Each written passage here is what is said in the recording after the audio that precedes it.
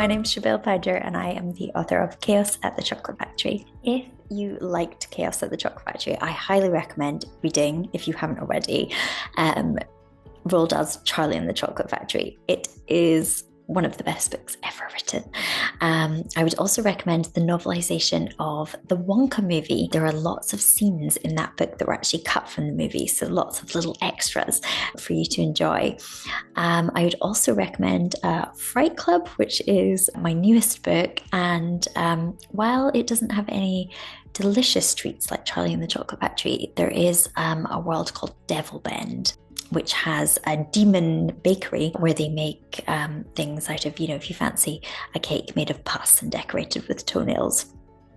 I'd also recommend The House with Chicken Eggs by Sophie Anderson. It is my favourite middle grade book of all time, and it is so much heart, much like Charlie and the Chocolate Factory and Charlie Bucket's story. And I would mention the Beanstalk Murder. I would highly recommend this book. It is so funny and so cleverly plotted. You will love it.